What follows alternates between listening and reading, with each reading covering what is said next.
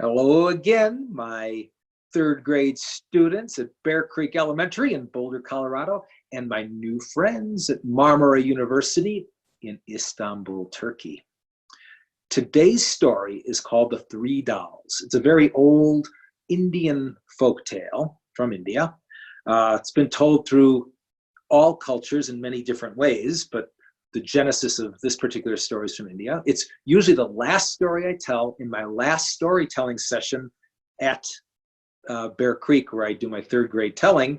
But because of the COVID, of course, I can't do it live. Long time ago, there was a great king. He considered himself a great king and a clever king because he felt he could solve any mystery, any puzzle, any riddle presented to him. In fact, he put a proclamation out to his whole kingdom.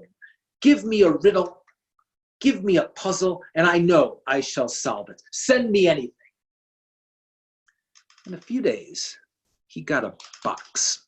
Inside the box were 3 wooden dolls with a note that said, great king, clever king, I'm sure you can solve this riddle for us. Please, just tell us, what is the difference between these 3 dolls? The king was so excited. He rubbed his hands together and he stroked his long beard because he knew this would be easy. And he picked up the first doll and he examined it. And he picked up the second doll and looked at that and the third doll. And after a while, he was very frustrated. He could not see any difference in any of the 3 dolls. They were exactly the same to the tiniest little detail. But he was a great king and a clever king, and a great and clever king keeps a wise man on hand for just such an instance. And he called for the wise man. Send in the wise man. Pretty soon the wise man came into the court very slowly. He was quite old. With age often comes wisdom, and he came in slowly on his cane, came up to the king and said, Your Highness, what wise things can I tell you today? Wise man, I have before me 3 dolls. Please examine them and tell me what is the difference between each of them. So the wise man took a great deal of time considering all these dolls. And after a while, he considered telling the king that this was not worth his time. He also considered telling the king a great many other things, but he was a wise man, and he knew it is often better to keep your opinions and ideas to yourself, especially in the presence of a powerful monarch. So the wise man left without saying anything. The king was frustrated. He said, the wise man's of no use. He's too shrewd. But I am a great king and a clever king, and a great and clever king keeps a fool on hand for a situation like this, because a fool will rush in where wise men fear to tread. And I have such a fool. Send in the fool. The fool came in, and the king says to him, Fool, I have before me 3 dolls. I want, before the king could say another word, the fool was like, ooh, dolls, let's play dress up. I love dollies. Oh, why don't we take them on a picnic? We could take them to Elitch Gardens or maybe to Waterworld. How about the Grand Bazaar? And then we could, fool, never mind. Please go off and do your foolish things. The fool was of no use to the king, for he was just a fool. But he was a great king and a clever king. And a great and clever king always has a storyteller on hand, because a teller of tales, through his stories, can impart much wisdom. Bring in the storyteller.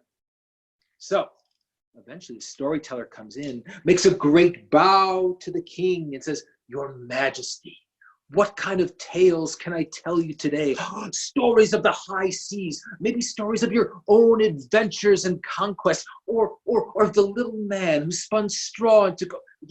Yes, precisely, said the king. But what I need today is you to look at these three dolls. I have a riddle. Oh, a riddle, said the storyteller. Yes, these three dolls, they look exactly the same, but I am told there is a difference between them.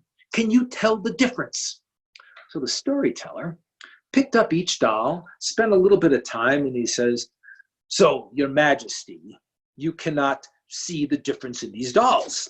That has been established, storyteller. Yes, but, you see, much like the story of the three caskets, what they contain on the inside is much different than their outward appearance.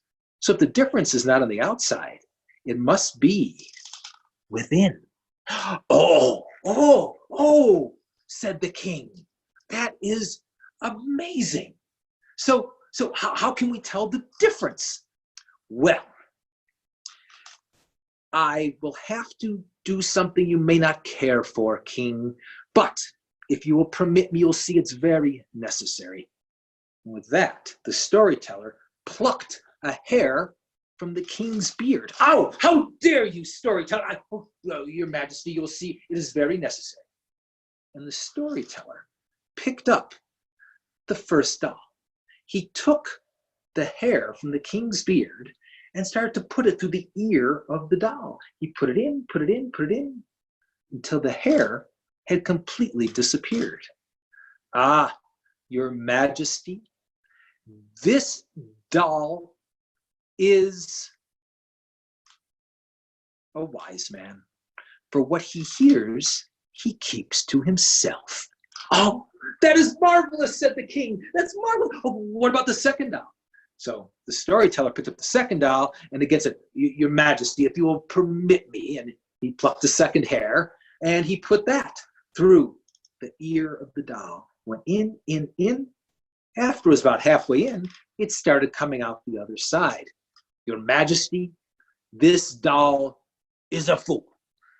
For what goes in one ear comes out the other. Oh, exactly, said the king. Exactly. What about the third doll?